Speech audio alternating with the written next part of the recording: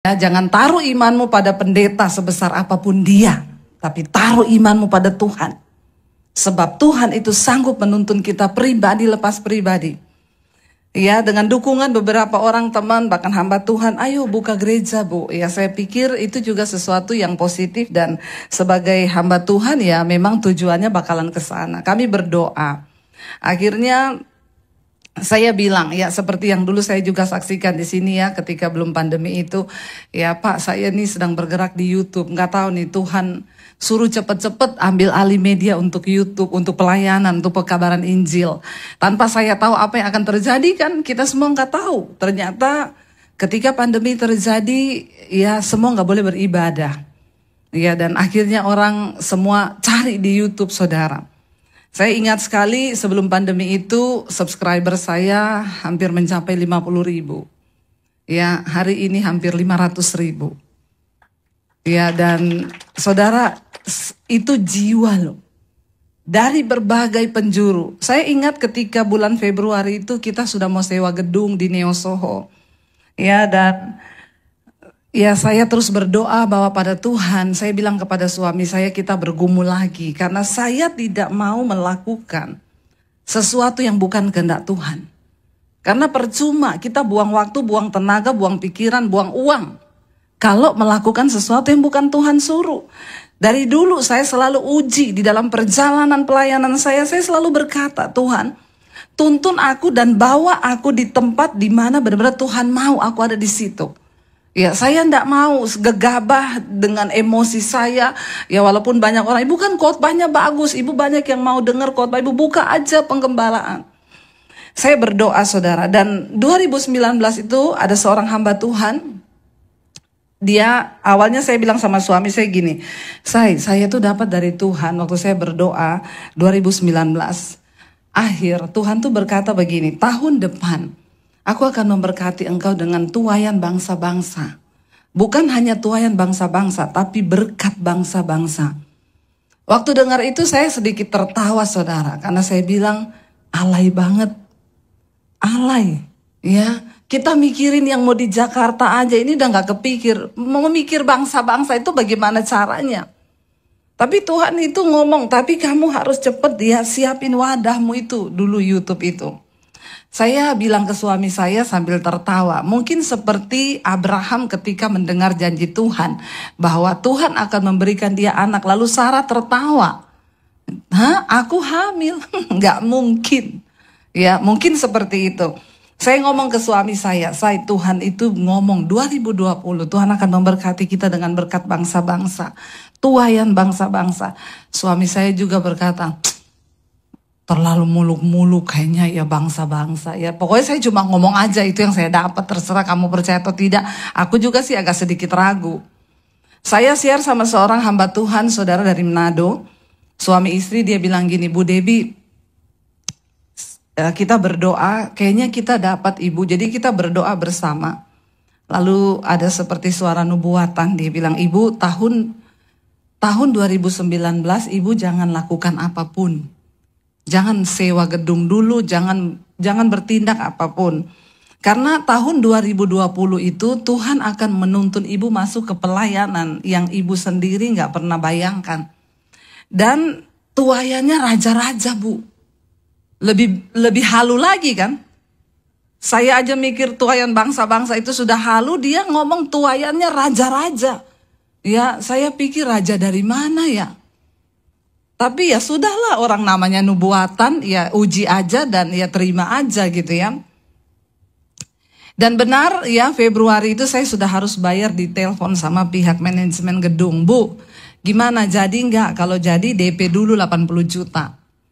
Saya bilang oke, karena saya mengalir bersama Tuhan, terserah saya bilang. Februari itu awal-awal sudah kita mulai dengar, dari Januari itu COVID, tapi belum terlalu heboh itu ya 2020. Akhirnya saya besoknya itu udah mau transfer. Saya berdoa, Tuhan, saya itu udah mau transfer loh besok. Kalau ini bukan rencanamu, Tuhan tutup jalan. Saya yakin Tuhan sanggup dalam semenit aja. Engkaulah yang mengerjakan di dalamku baik keinginan, kemauan, kehendak. Apapun itu Tuhanlah yang ambil alih. Pokoknya Tuhan pegang remote kontrolnya. Saya ini jadi robotnya Tuhan. Dan benar saudara, besoknya saya sudah mau transfer. Terlintas satu kata di benak saya, coba pindah jam atau pindah hari. Saya tanya sama dia, Mas kalau saya mau pindah jam ke sore, sewa tempatnya bisa nggak? Bu, nggak segampang itu. Karena pindah jam, pindah hari itu kita juga biayanya berbeda. Jadi saya harus rapat dulu. Kalau gitu ibu jangan transfer dulu. Ya, ibu tahan dulu, tunggu kita transfer, ada keputusan harga baru ibu transfer. Oke. Sambil menunggu mereka meeting, 1 minggu lewat, 1 minggu lebih 10 hari, tiba-tiba lockdown. Ya, dan itu Tuhan saudara. Di dalam segala hal saudara harus belajar. Di dalam bisnis apapun, jangan ya mau suka menyamai Tuhan. Tuhan itu maha tahu, kita sok tahu ya. Ya, jadi saudara saya itu melihat, wow, itu Tuhan loh yang bekerja ya, dan akhirnya saya benar-benar ya udah saya pasrah. Ketika pandemi terjadi, akhirnya puji Tuhan juga sebelum pandemi itu saya udah bangun studio di rumah. Sampai ketika kita mau udah lockdown, udah dibilang mau lockdown, tukang saya bilang, Bu, saya udah mau pulang kampung, selesaiin dulu, finishing cepet. Bener, setelah selesai finishing, dia pulang, lockdown saudara. Ya, saya melihat sudah selesai studio itu, walaupun hanya kecil di samping kamar saya 3x3 saudara. Ya, dan dari situlah tiba-tiba ketika lockdown semua ketakutan. Mayat-mayat di syuting TV di mana-mana bergelimpangan, jemaat ketakutan, gereja nggak boleh buka. Jadi saudara bisa bayangkan di saat jemaat membutuhkan, tapi ya gereja sudah tidak bisa beribadah. Padahal kan kita butuh Tuhan hari-hari itu. Tiba-tiba saya mendapat yaitu mesbah doa itu bukan konten yang saya cari-cari.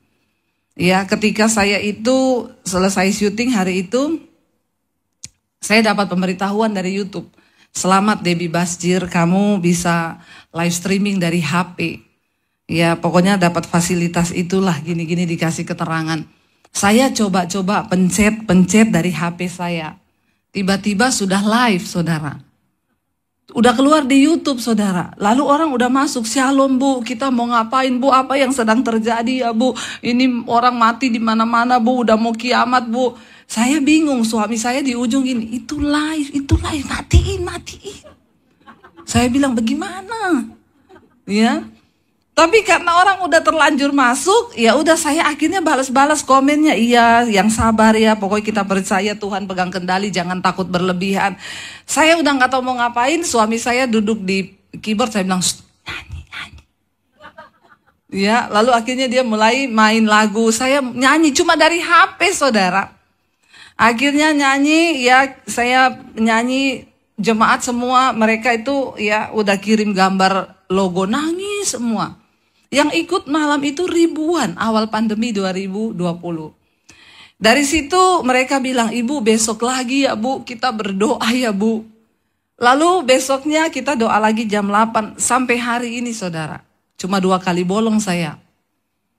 Ya, bahkan waktu saya kena COVID, saya satu keluarga itu bintang 2 COVID. Jadi 2 kali kena COVID. Di awal November sama di bulan Juni yang kemarin yang pas Delta tinggi-tingginya itu banyak orang meninggal. Itu kami kena lagi dan memang saya berdoa, Tuhan kalau Tuhan mau izinkan saya kena, enggak apa-apa. Kalau itu untuk bersaksi bagi kemuliaan namamu, ya, tapi jangan mati Tuhan. Saudara, ya jangan terlalu takut lah. Kenapa? Saya percaya, saudara tahu nggak di masa pandemi ini, sudah ada satu jumlah tertentu memang yang harus dipanggil. Jadi kita mau ngumpet kemanapun, kalau waktunya kembali ke rumah Bapa, ya itu kan sebuah keuntungan kata firman Tuhan, amin. Mati itu untung kan, amin.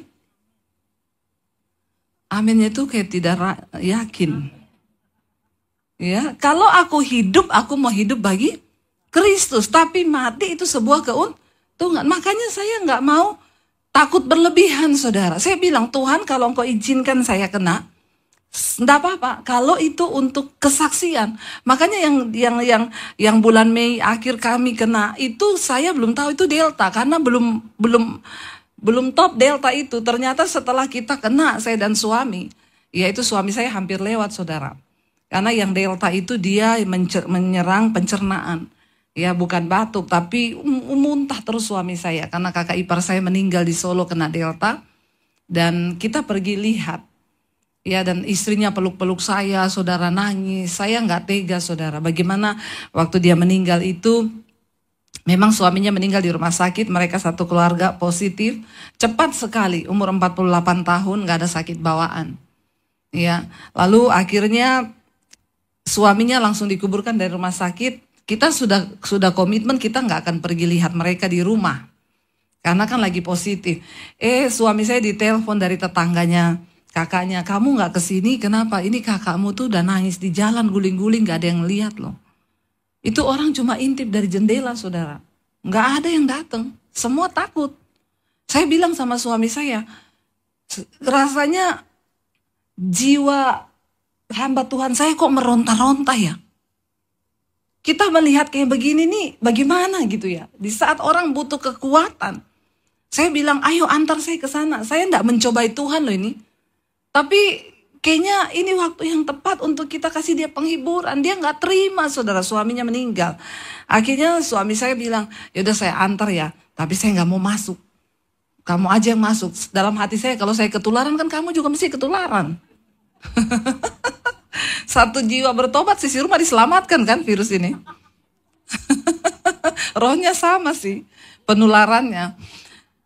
Lalu saudara saya akhirnya datang, saya diantar, suami saya cuma di depan pagar, saya masuk, itu kakaknya peluk saya nangis-nangis, sudah pakai masker sih. Tapi kalau udah nangis-nangis begitu peluk-pelukan ya pasti kena.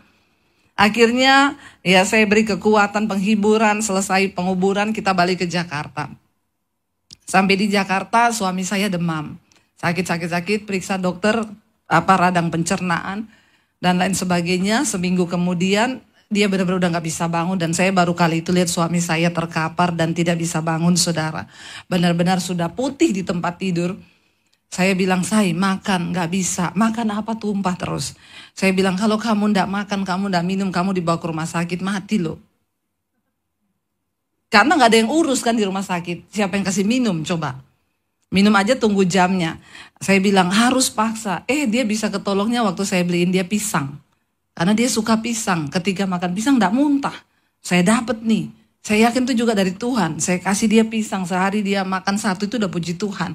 Akhirnya dia mulai sembuh. Setelah itu saya yang terkapar, saudara. Ya saya sesak napas ya. Itu malam itu selesai, kami nggak pernah off mesbah doa.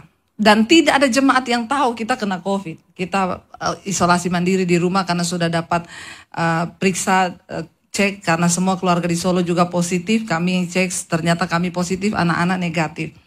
Dan nggak ada yang tahu. Suami saya bilang gini, saya bilang sama suami saya, kamu udah pusing kayak gitu, nggak usah dulu kita mesbah doa.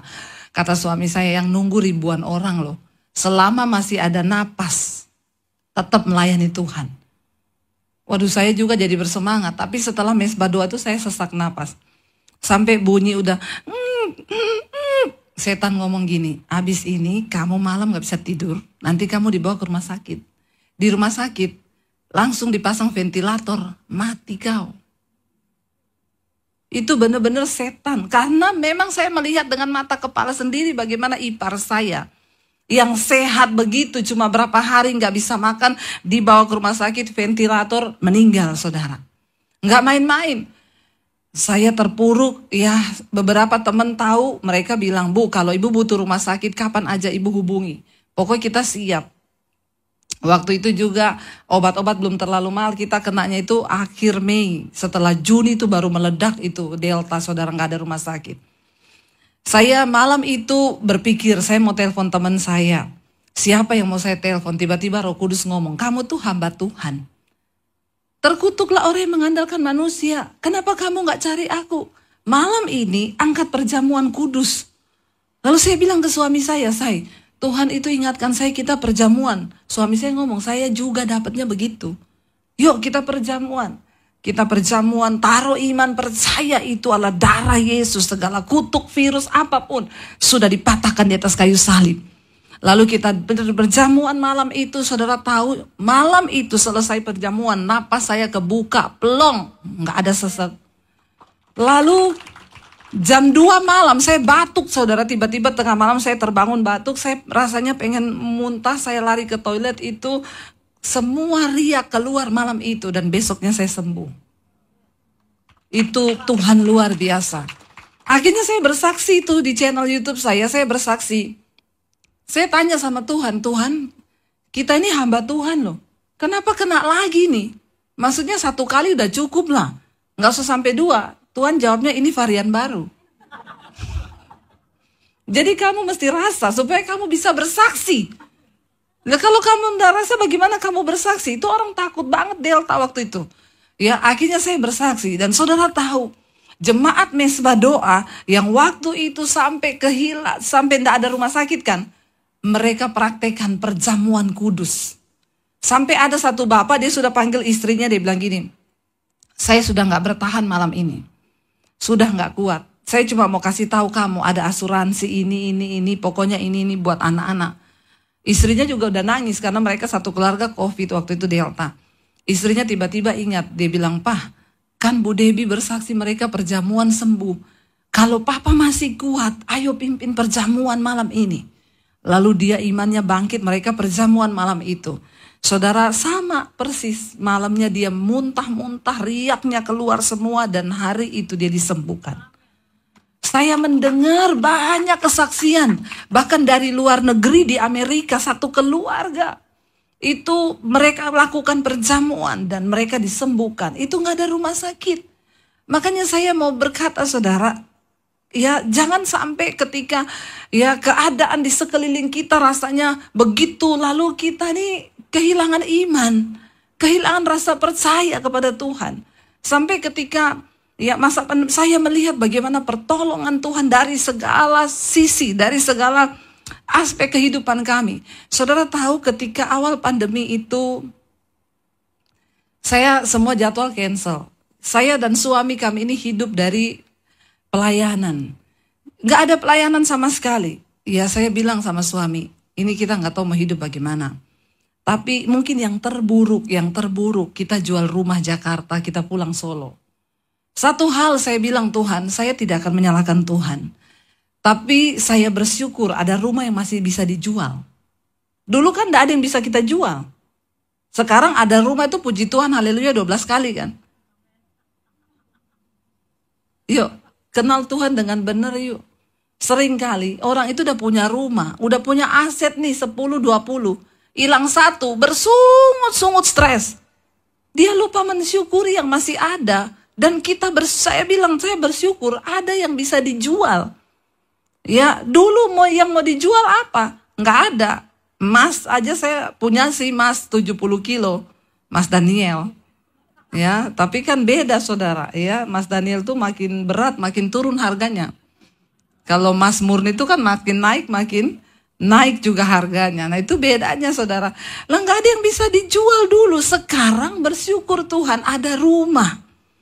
Anak saya lagi udah kayak gitu, Mami aku kuliah loh, nih nanti masuk tahun ini. Nah, ini keadaan begini, nggak usah dulu mimpi jadi sarjana, nggak tahu ke depan mau bagaimana.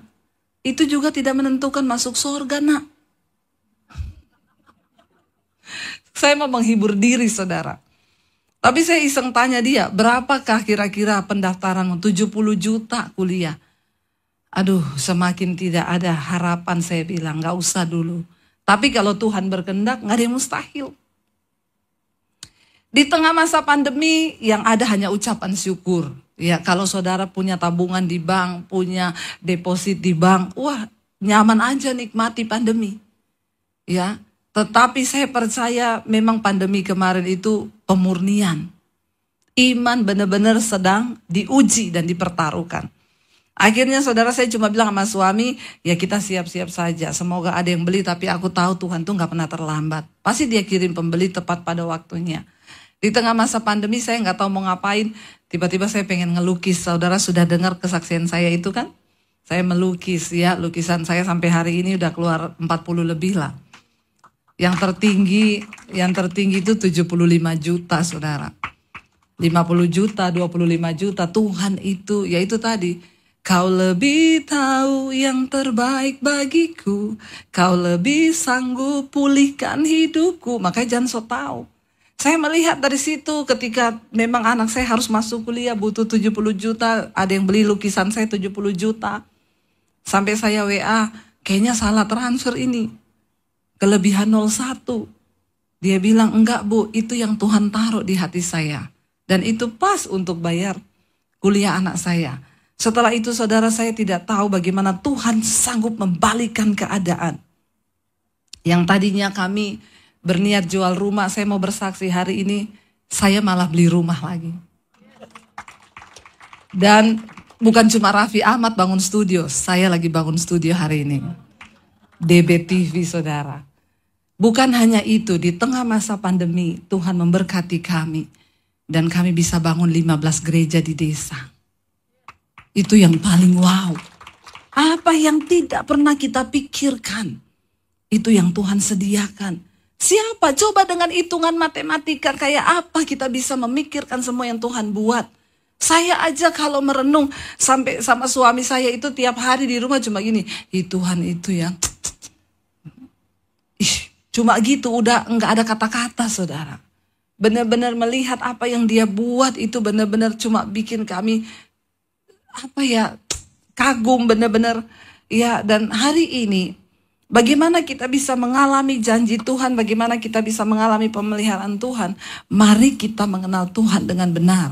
Saya bersyukur lewat mesbah doa saya setiap malam, yaitu yang ikut 50.000, 70.000 saudara. Saudara bisa bayangkan kita butuh gedung gereja sebesar apa.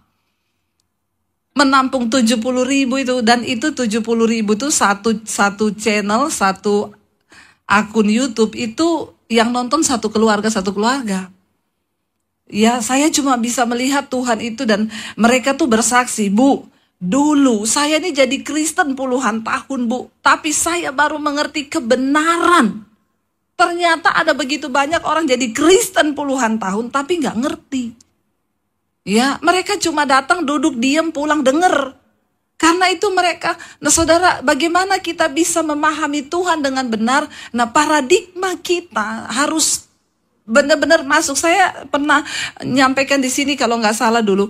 Saya bilang kita tuh, ya waktu itu, ya Pak Niko, Pak Gembala menyampaikan tentang dimensi baru. Saudara ingat dulu? Ya, saya sempat berkata kalau nggak salah di tempat ini.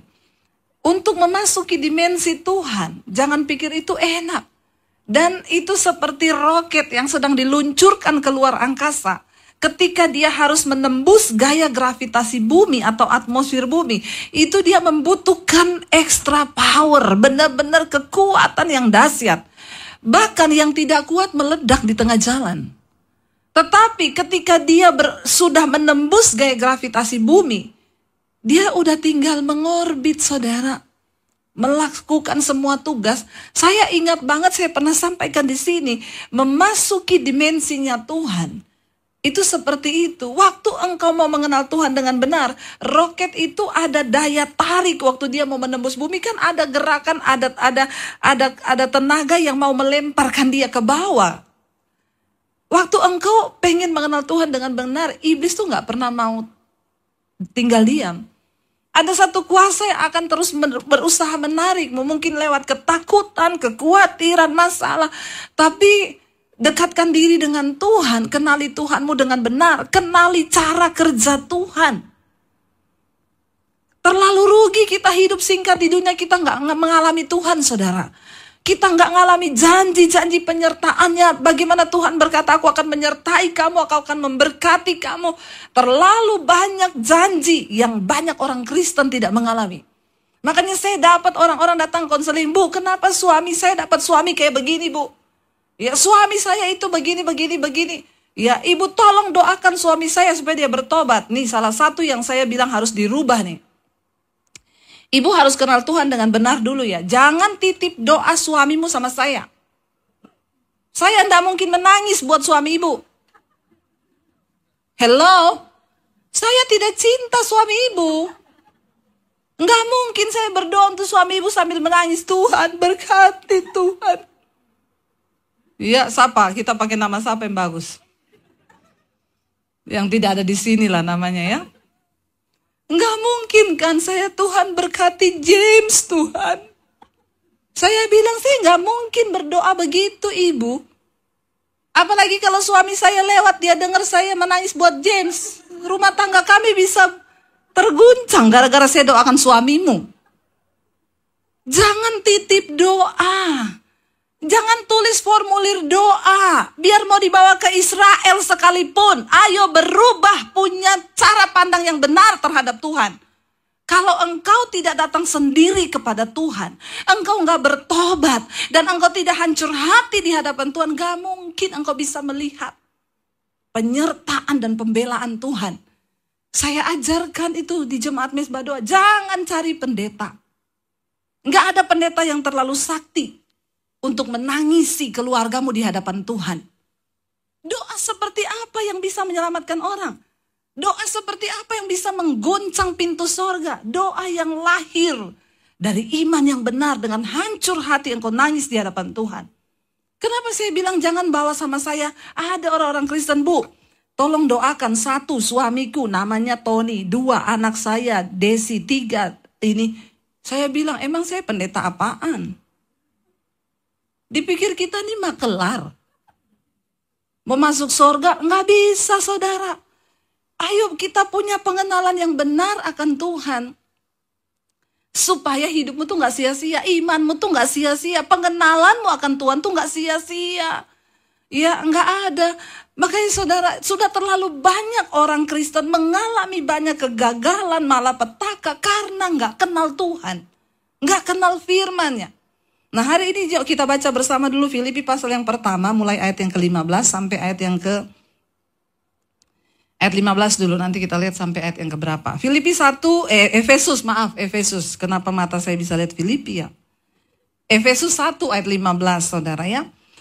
Rasul Paulus berkata begini, karena itu, benar ya ayatnya? Ya, karena itu setelah apa? Aku mendengar tentang imanmu dalam Tuhan Yesus ya. Tentang kasihmu, ya di situ dikatakan saudara, setelah aku mendengar tentang imanmu dalam Tuhan Yesus dan tentang kasihmu terhadap semua orang kudus, aku pun, ayat 16, tidak berhenti mengucap syukur karena kamu. Dan aku selalu mengingat kamu dalam doaku, ayat 17, dan meminta kepada Allah, Tuhan kita, Yesus Kristus, yaitu Bapa yang mulia, supaya Ia memberikan kepadamu roh hikmat dan wahyu untuk mengenal Dia dengan benar. Ya, jadi Rasul Paulus itu dia merintis jemaat di beberapa kota, salah satunya di Efesus. Ya, jadi ini kayak Pak Timothy tulis surat kepada jemaat di City of Love. Dia bilang, aku telah mendengar imanmu dan juga kasihmu di dalam Tuhan. Engkau sudah punya iman dan engkau mengasihi orang-orang kudus, engkau berbuat baik.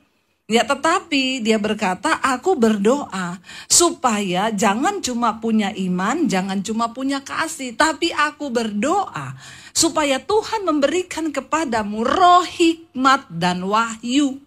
Supaya apa? Engkau mengenal Tuhan dengan benar. Amin saudara. Kita perlu roh hikmat untuk melihat segala keadaan. Kenapa? Karena kita tidak tahu tentang apapun. Bahkan yang akan terjadi ke depan kita nggak tahu. Karena itu kita butuh wahyu dari Tuhan. Pemahaman tentang apa yang akan terjadi ke depan. Saya bersyukur Tuhan berikan saya wahyu. Cepat bergerak tahun depan. Ambil dunia media untuk pekabaran Injil. Dan engkau akan melihat. Ya, aku akan membukakan bagimu tuaian bangsa-bangsa. Di tengah masa pandemi, bulan September saya pelayanan terbang ke Amerika, saudara. Wow, itu Tuhan ajaib. Ya, sponsornya nggak banyak nih yang tepuk tangan, enggak apa-apa. Ya, saya waktu diundang itu dari jemaat Mesbah Doa di sana, Bu. bisa datang nggak? Jadi ceritanya istrinya kena COVID, saya ditelepon minta didoakan, selesai doa ya sudahlah, saya juga nggak simpan nomor HP-nya, ya selesai, lalu dia datang ke Jakarta, dia bilang mau beli lukisan, saya bilang nggak ada, dia bilang ibu saya boleh lihat ke rumah ibu lukisan, di rumah saya nggak ada lukisan pak. Loh ibu kan sering ngelukis, iya tapi setiap melukis tuh langsung dibeli orang, jadi nggak ada stoknya. Oh, jadi sekarang nggak ada. Ya ada 2 sih, ya yang lagi saya bikin. Ya udah itu 2-2 buat saya ya. Pokoknya ya udah saya kirim gambarnya dibeli. Nggak lama dia WA, Bu, istri saya ulang tahun bulan September. Ibu bisa datang ke Amerika nggak? September bulan depan? Iya, karena itu Agustus. Saya sih dengan tertawa aja dalam hati dan ngomong, kalau Tuhan berkenan Pak, kalau Tuhan berkehendak saya pasti datang. Karena saya belum ada visa, saudara. Saya ini urus visa ditolak terus karena nama saya Basir. Dipikir saya ini ada hubungan sama Abu Bakar. Jadi nggak diterima saya ke sana, nama saya ini udah susah. Jadi saya juga tidak berharap dan ya nggak semangat lah ya. Ya sudahlah saya bilang, iya saya cuma balas bercanda kalau Tuhan berkehendak. Tapi ternyata suami saya ini semangat sekali. Dia bilang Amerika loh. Ya memang Amerika, aku nggak terlalu kepengen. Lalu dia yang semangat daftar online visa. Saya tanya sama saudara saya yang biasanya ngurus visa. Saya kalau urus visa sekarang berangkat ke Amerika September bisa? Dia bilang mimpi. Ini aja saya daftarin orang-orang dari bulan berapa lalu. Itu wawancaranya November. Kamu kalau urus sekarang pasti Desember itu interviewnya. Itu pun baru interview, belum pasti lulus. Jadi saya bilang sama suami saya, nggak usah berharap. Itu nanti pasti kamu dibalas emailmu, nanti wawancaranya Desember. Benar, dibalas saudara. Desember datang wawancara. Saya bilang, benar kan? Tiba-tiba saya ingat saudara. Dulu ada satu orang yang bilang, Bu kalau ibu mau urus visa, ya nanti ibu kasih aja nomor registrasinya ke saya. Ini jemaat mesbah doa. Lalu saya iseng, Pak saya mau pelayanan ke Amerika, berangkat kapan? Agustus. Udah daftar online, sudah. Panggilannya Desember. Ibu kasih saya nomor registrasinya. Saya kasih saudara, lalu dia balas, udah Bu. Ibu pasti berangkat nanti, ya bulan September. Nggak lama saya dapat email, panggilnya Agustus saudara. Dan Agustus itu visa kami berdua disetujui. Ya dan akhirnya kita berangkat saudara ya. Saya bersyukur, saya kaget dikirimin tiket bisnis kelas Qatar. Saya bingung nanti naiknya bagaimana, itu tombol-tombolnya kan banyak saudara. Kan kita orang kampung ya. Jadi saya belajar dulu di YouTube. Takut salah pencet tombol, pintu darurat kebuka. Kan nanti malah jadi masalah. Ya jadi saya gila ini bisnis kelas Qatar yang terbaik loh ini. Iya ya sudah kita berangkat sampai di Amerika diperiksa di imigrasi. Saya sudah takut nih di depan saya sampai dompet-dompet digeledah suruh buka semua. Saya tendang suami saya. Aduh ini kenapa ya? Enggak tahu. Kita kalau diperiksa sampai kayak gitu gimana ya? Ya udah pokoknya Tuhan menuntun lah. Begitu kita gilirannya dipanggil ditanya kerjaannya apa? Saya bilang YouTuber. Dia bilang, oh iya diminta channelnya saya kasih. Malah pihak imigrasinya ngomong, boleh dong syuting sama saya. Saya balas, Wani Piro. Ya, lalu suami saya ditanya, dia ini konten kreator saya. Kita di sini mau syuting, mau bikin video. Oke, nggak diminta apa-apa, nggak ditanya apa-apa, langsung masuk. YouTuber. Tuhan itu ajaib. Ya kita pelayanan di sana saudara luar biasa ya, Tuhan bawa saya khotbah di New York, di Philadelphia, di Colorado ya, kita tuh di bawah Tuhan. Yang luar biasa di sana saya dapat pengalaman naik private jet. Bukan mau sombong loh ya, karena nggak semua orang bisa dapat kesempatan begitu. Ini bukan soal kaya atau tidak, benar nggak saudara? Saya pikir cuma Syahrini loh yang bisa loh. Ternyata Tuhan tuh kasih kita kesempatan. Ya waktu itu saya juga bilang, Pak nggak usah Pak pemborosan. Nggak apa-apa Ibu Debbie, Ibu nikmati aja. Kayaknya kita ini terlalu berlebihan loh. Tiketnya bisnis kelas, sampai di sini naik private jet. Dia bilang Ibu itu hamba Tuhan kelas internasional loh. Saya cuma gini. Kelas internasional apa? Orang kita syuting di studio 3x3.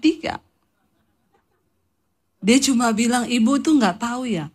Dampaknya itu Bu, sampai ke bangsa-bangsa.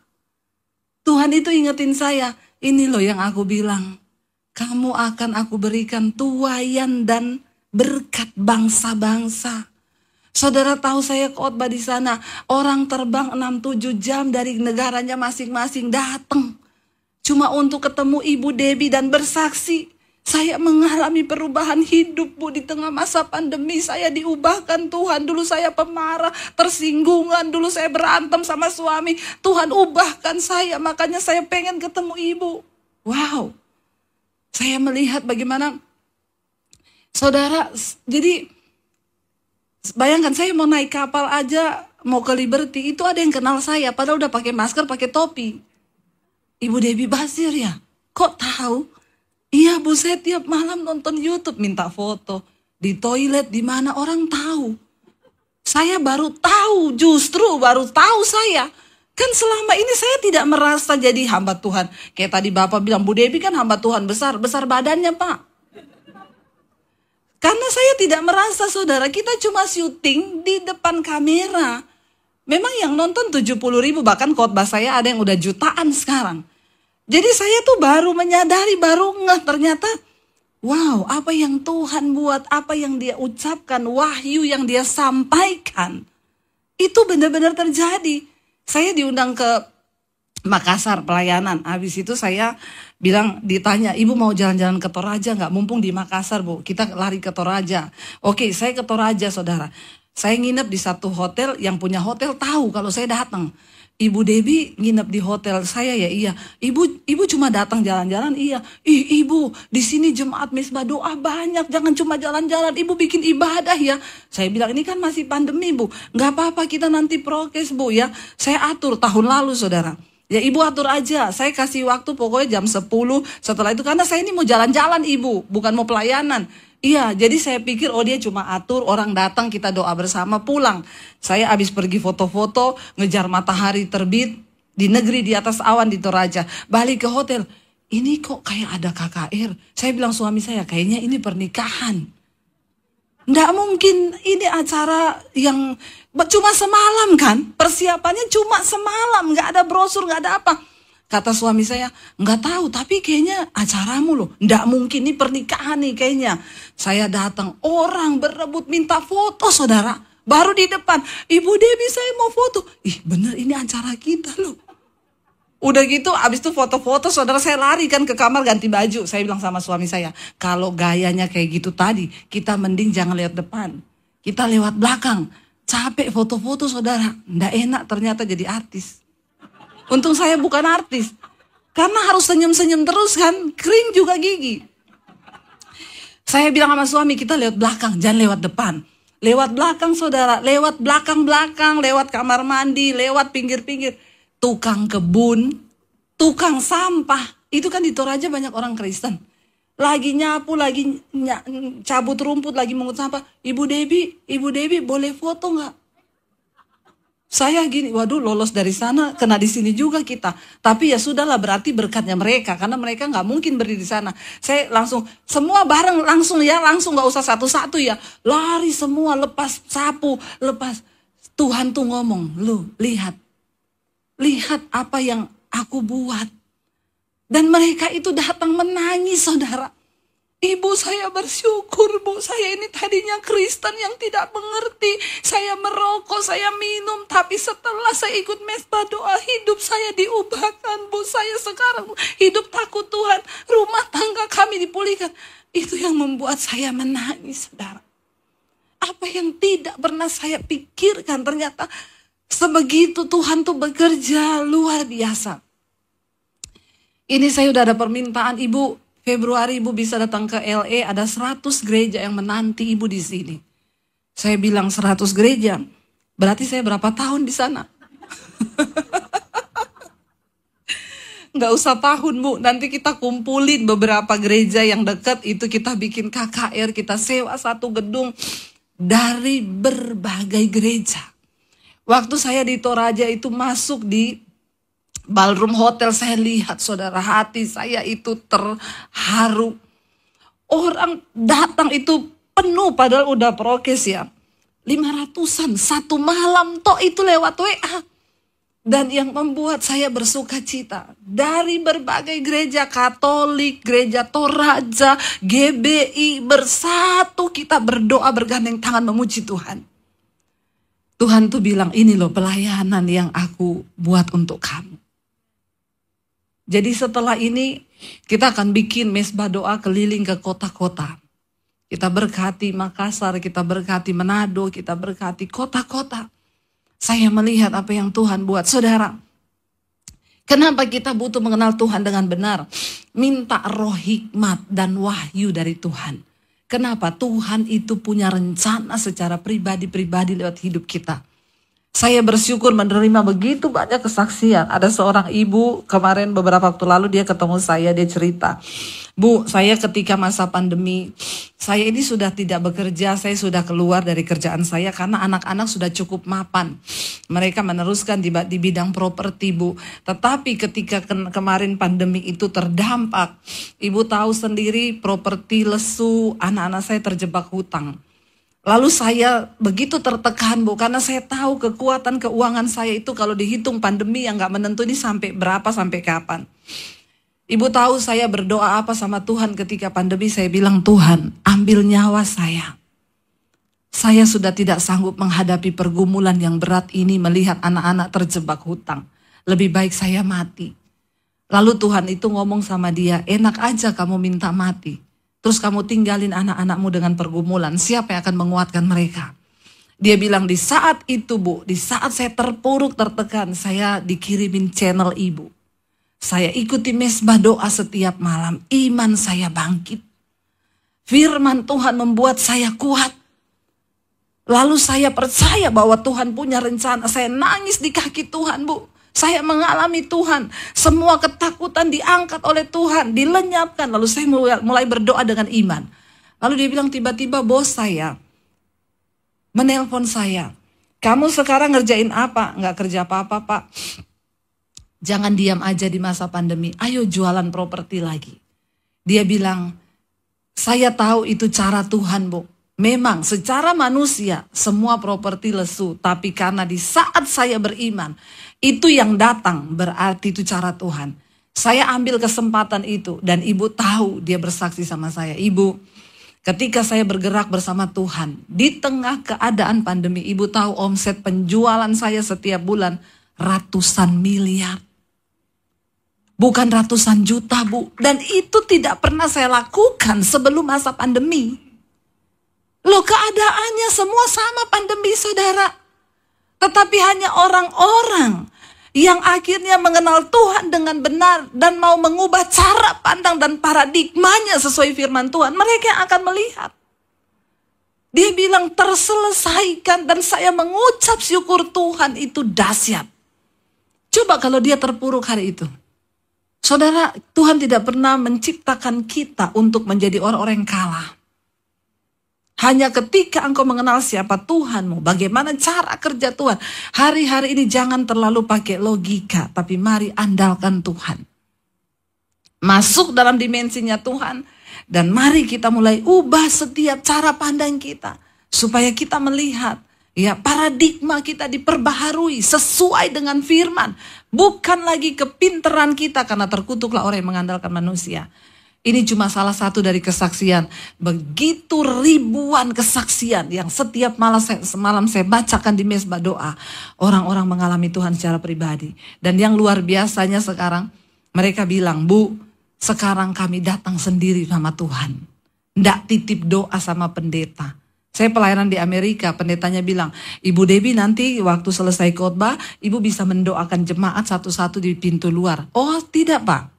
Jemaat yang sudah mengikuti saya, mereka tahu mereka tidak akan minta saya doakan. Terus minta foto boleh, tapi minta doa enggak. Dan benar saudara, ya pendetanya sampai kaget. Loh kok bisa, Bu? Yang datang itu, Bu saya ini sebenarnya banyak pergumulan, tapi enggak boleh minta doa ya, Bu, harus doa sendiri. Pinter. Datang sendiri sama Tuhan. Kenapa? Kita semua punya hak istimewa. Dan Tuhan itu mau ketemu saudara secara pribadi. Karena dia yang terlebih tahu. Mari kita bangkit berdiri bersama. Kita mau datang pada Tuhan, saudara. Kita naikkan pujian tadi bahwa Tuhan yang terlebih tahu.